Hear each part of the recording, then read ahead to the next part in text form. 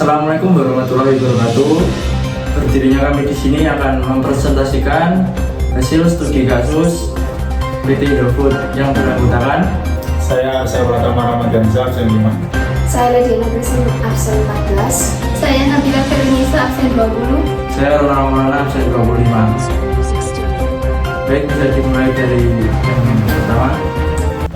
Profil usaha, nama usaha yaitu PT Indofood Sukses Makmur Tbk. Alamat usaha Jalan Jenderal Sudirman, Jakarta. Pendiri yaitu Sudomo Salim. Jenis usaha perusahaan makanan dan minuman.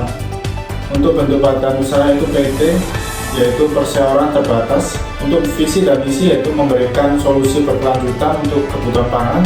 Yang kedua, terus meningkatkan karyawan, proses, dan teknologi yang dimiliki. Yang ketiga, berkontribusi pada kesejahteraan masyarakat dan lingkungan secara berkelanjutan. Yang terakhir, yang keempat, terus meningkatkan nilai-nilai pemangku kepentingan. Bentuk badan usaha yaitu bentuk badan usaha PT Indofood. PT Indofood sudah Makmur Tbk adalah perusahaan ternama di Indonesia dan produsen mie terbesar di dunia. Didirikan pada tahun 1970 di Jakarta. Perusahaan ini memproduksi berbagai merek mie seperti Indomie, Sakura, Supermie, Sarimi, Vitamie, dan Intermie. Untuk pangsa pasar yaitu pada tahun 2003, Indofood menguasai sekitar 90% pasar mie instan di Indonesia dengan produk unggulannya yaitu Indomie. Memasuki pasar internasional sejak akhir 1980-an dengan penjualan ke kawasan ASEAN seperti Hong Kong, Tiongkok, dan Taiwan. Strategi bisnis yaitu perusahaan menerapkan strategi pemasaran untuk mempertahankan keuntungan dan mengembalikan investasi dengan mengembangkan strategi pasar yang berfokus pada ekspansi dan peningkatan daya saing di pasar internasional. Kemudian struktur organisasi PT Indofood yaitu yang pertama Dewan Komisaris, presidennya yaitu Manuel Panirina, kemudian Dewan Direksi, Direktur utama yaitu Antoni Salim, kemudian ketiga Komite Audit, ketuanya yaitu Hans Kartika Hadi. Yang keempat Komite Nominasi dan Remunerasi, ketua yaitu Hans Kartika Hadi. Kemudian job description karyawan yaitu Direktur utama yaitu Antoni Salim yang bertanggung jawab atas arahan strategi perusahaan dan pencapaian target usaha. Direksi pemimpin oleh Pontius Waliran, bertugas membantu direktur utama dalam operasional perusahaan. Kemudian Dewan Komisaris dipimpin oleh Manuel Panirina, bertugas mengawasi direksi dan memastikan pengelolaan perusahaan berjalan dengan baik. Kemudian Komite Audit dipimpin oleh Hans Kartika Hadi, bertugas mengawasi laporan keuangan untuk memastikan kepatuhan dan transparansi audit. Kemudian audit internal itu dipimpin oleh Timotius, bertanggung jawab mengevaluasi sistem pengambilan internal dan memastikan kepatuhan prosedur serta laporan keuangan yang akurat. Kemudian apa yang dilakukan oleh kelompok saya? Selanjutnya, saya akan menjelaskan tentang rekrutmen. Jadi, program rekrutmen Indofood bertujuan menciptakan peluang karir bagi lulusan SMA, D3, dan S1 dengan berbagai posisi yang ditawarkan. Seperti contohnya crew packer, admin, lalu helper, kemudian ada akun manager, ada marketing officer, dan lain sebagainya. Lalu tahapan untuk rekrutmen sendiri ada pengisian formulir melalui portal Indofood, seleksi administrasi, wawancara, dan pelatihan, kemudian kesempatan magang untuk lulusan baru. Seleksi untuk tahapan calon karyawan Indofood ini meliputi kualifikasi seperti pengisian biodata dan pemberian dokumen seperti CV dan ijazah. Lalu ada tes akademik dan tes kesehatan, ada user atau penilaian kepribadian, keterampilan, dan kemampuan teknis. Lalu yang terakhir penerimaan. Selanjutnya ada program kompensasi. Yang pertama ada upah atau gaji. Kompensasi dalam PT Indofood dilakukan melalui proses terstruktur, seperti perhitungan gaji. Karyawan melakukan fingerprint untuk kehadiran yang direkap, lalu dihitung dengan database, dan pembayaran melalui bank. Lalu untuk tunjangan termasuk biaya transportasi, makan, jaminan kesehatan, dan hari tua. Lalu untuk insentif berdasarkan evaluasi kinerja individu dan jam kerja perusahaan memberikan insentif serta bonus. Untuk insentif sendiri yang diberikan meliputi gaji pokok, bonus, tunjangan, transportasi, kesehatan, lalu pendidikan, dan masih banyak lagi. Kemudian fasilitas olahraga dan penghargaan masa bakti juga diberikan sebagai bentuk apresiasi atas kinerja karyawan. Tujuan kompensasi ini diberikan untuk memotivasi karyawan dan mempertahankan sumber daya berkualitas, memenuhi peraturan dan mengontrol biaya perusahaan. Selanjutnya akan dilanjutkan oleh teman saya. Baik, saya akan menjelaskan mengenai benefit. Indofood memberikan berbagai keuntungan untuk karyawannya, antara lain yang pertama tunjangan kesehatan. Asuransi kesehatan mencakup rawat jalan, rawat inap, dan pemeriksaan berkala. Yang kedua, makan siang. Fasilitas makan siang gratis atau subsidi dengan menu bergizi. Yang ketiga, tunjangan transportasi. Dukungan transportasi melalui uang transport atau antar jemput untuk lokasi kerja jauh. Yang keempat, tunjangan hari raya. THR diberikan menjelang hari raya setara dengan 1 bulan gaji tergantung masa kerja. Yang kelima, fasilitas penunjang pekerjaan.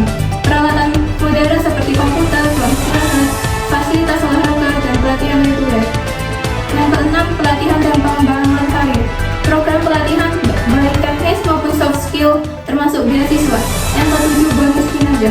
Bonus diberikan berdasarkan pencapaian individu atau tim. Yang terakhir, keseimbangan kerja dan kehidupan pribadi. Dukungan cuti dan kegiatan sosial untuk kesejahteraan karyawan. Selanjutnya, program pengembangan SDM. Pelatihan. Indofood melakukan pelatihan berkelanjutan untuk meningkatkan kompetensi staf melalui program seperti Learn Manufacturing, pengurangan limbah, dan konsep 5R, yaitu ringkas, rapi, bersih, rawat, dan rajin. Pusat pelatihan Indofood antara lain ada di Cibodas, Jawa Barat, Kertasari, Jawa Barat, Riam Indah, Sumatera Selatan. Kemudian penilaian kinerja. PT Indofood menggunakan Key Performance Indicator untuk mengevaluasi kinerja perusahaan dan individu berdasarkan sasaran yang telah ditetapkan. KPI membantu mengukur keberhasilan organisasi dan memantau faktor kunci yang berpengaruh pada performa. Selanjutnya, input, transformasi, dan output. Input, barang yang masuk dalam bentuk bahan baku, itu bahan mentah untuk diolah menjadi produk jadi. Kemudian barang setengah jadi, produk yang dalam tahap pengolahan. Barang jadi, produk akhir yang siap dikirim ke pelanggan melalui gudang sebagai tempat penyimpanan. Prosesnya yaitu barang dikirim menggunakan truk ke gudang untuk dilakukan proses unloading dan data kecocokan dengan surat jalan divalidasi menggunakan sistem SAP. Kemudian transformasi. PT Indofood sukses makmur berinovasi dengan meluncurkan produk terbaru hasil kolaborasi dengan Pokmi, yaitu Indomie dan Pokmi Tori Miso Ramen. Produk ini memiliki cita rasa otentik Jepang dengan tambahan topping nori dan wijen. Diluncurkan dalam acara budaya Japan Matsuri 2023. Kemudian output.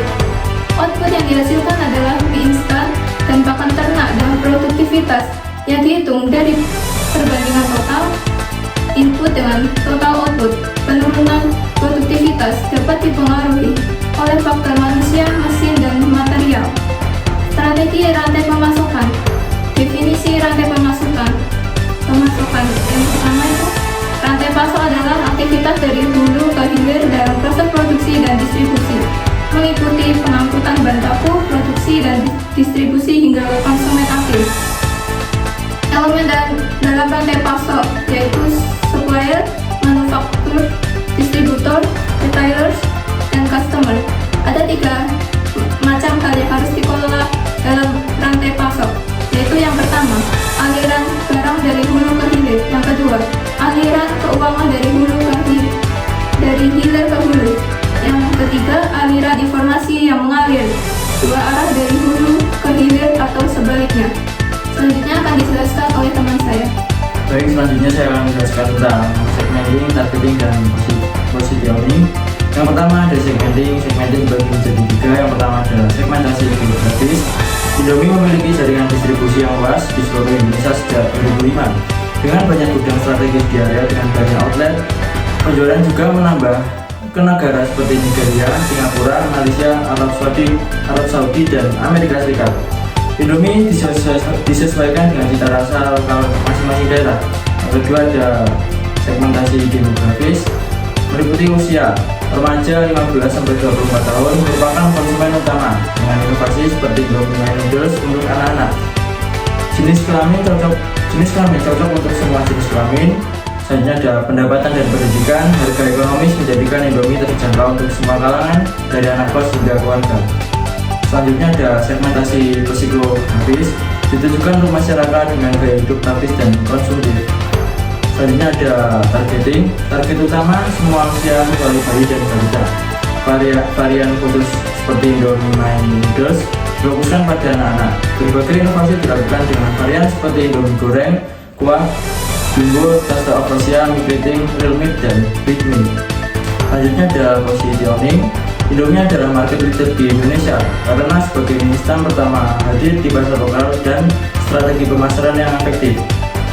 Tagline lokal Indomie seleraku. Di Nigeria, tagline berbeda, Tasty Nutrition, Good for You.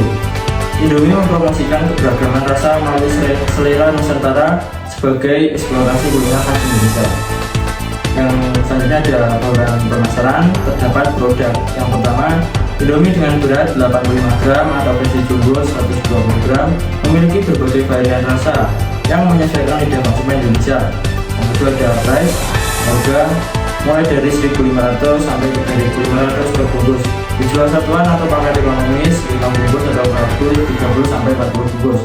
Yang ketiga ada fresh, distribusi Indomie dengan jaringan luas Indofood yang menjangkau hampir semua area di Indonesia dan kemitraan dengan outlet lokal seperti Warung Burjo.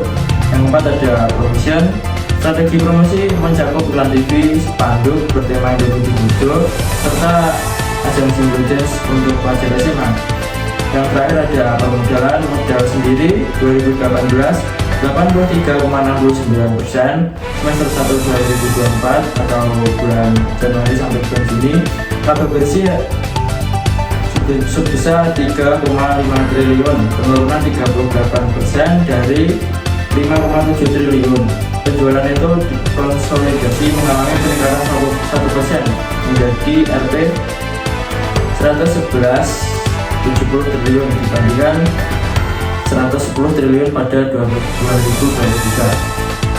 Sekian presentasi dari kelompok kami. Mohon maaf jika ada salah kata. Kami akhiri. Wassalamualaikum warahmatullahi wabarakatuh.